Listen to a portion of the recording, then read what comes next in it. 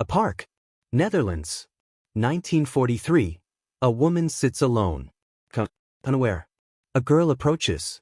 Braided hair. Innocent face. Maybe 14, 15. She smiles. What's your name? The woman answers. The girl pulls a pistol. Meets her eyes. Fires. The woman is dead. Then, like nothing happened, she hops on her bicycle and rides away. Her name?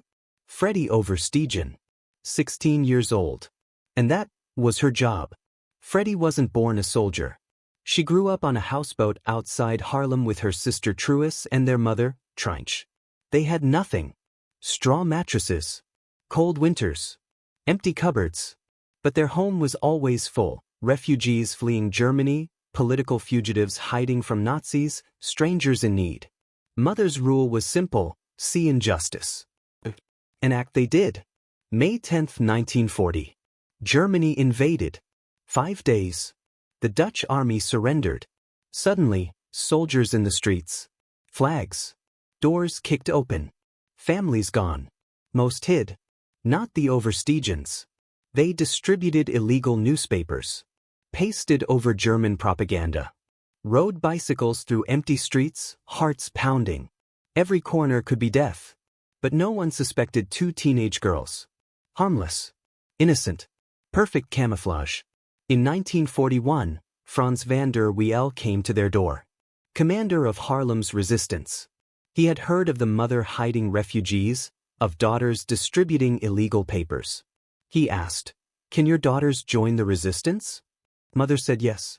The girls said yes. But van der Wiel needed to be sure.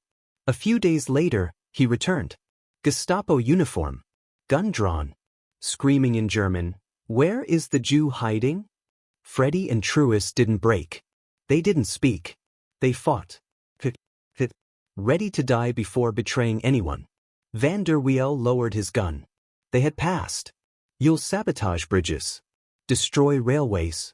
And you'll learn to shoot Nazis. Truus looked at her sister. Freddie grinned. Well, that's something I've never done before. Mother whispered, always stay human. The potato shed was dark. Cold. Underground. They learned to kill. Aim steady. Breathe. Fire without hesitation. But the first missions weren't about killing. They were about deception. Warehouses guarded by SS soldiers. Freddie and Truus walked in. Smiles. Laughter. Flirtation. While the guards were distracted, resistance fighters lit the fires. Guards never suspected. Van der Wiel realized these girls could go where men could not. Their innocence was a weapon. Freddie's first target wasn't German. A Dutch collaborator. She had a list. Names. Addresses. Every Jew in the region. She was about to hand it over. Hundreds would die. Freddie rode her bicycle to the park. Bench. Quiet. Afternoon sun. What's your name? The woman answered. Freddie confirmed. Pistol. Eyes locked. Fire. Later, Freddie said, the first thing you want to do after shooting is help them. That instinct, it never leaves you. The sisters developed their methods. Forest method. Lure officers into the woods. Isolated. One sister waiting. One shot. Done. Drive by. Truus pedals. Freddie fires from the back. Streets empty. Disappear. Doorstep. Follow home. Knock. Smile. Innocent girl. Then, deadly precision. Their youth. Their innocence. Perfect camouflage. In 1943, a new member joined, Hannie Schaft.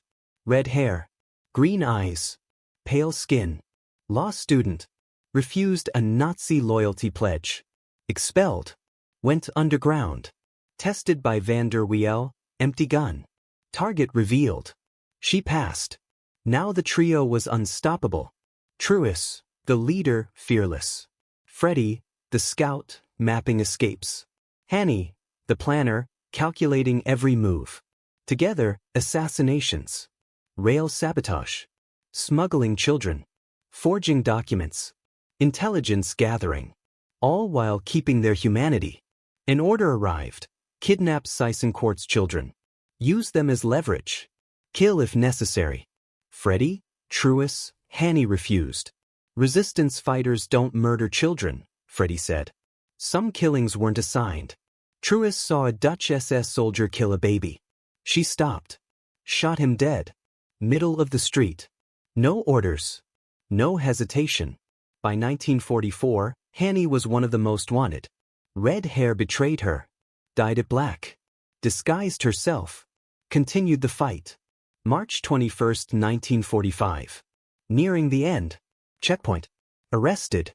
Tortured. Solitary confinement. Roots revealed red hair. They knew. She admitted nothing. Betrayed no one. Protected her friends until the end. April 17, 1945. Execution in the Overveen Dunes. Pistol grazed her head. She laughed. I shoot better than you. Submachine gun. Dead at 24. Liberation. May 5. Too late for Hannie. Freddie and Truus, ignored. Communist ties. No recognition. Truus became a sculptor.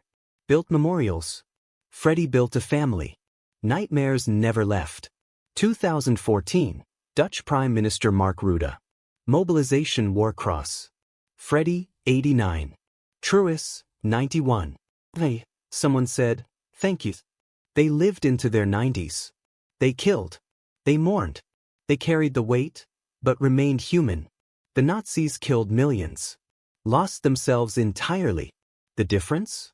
Courage that preserves the heart, even while facing monsters. 2 teenage girls. Innocent. Deadly. Unforgettable.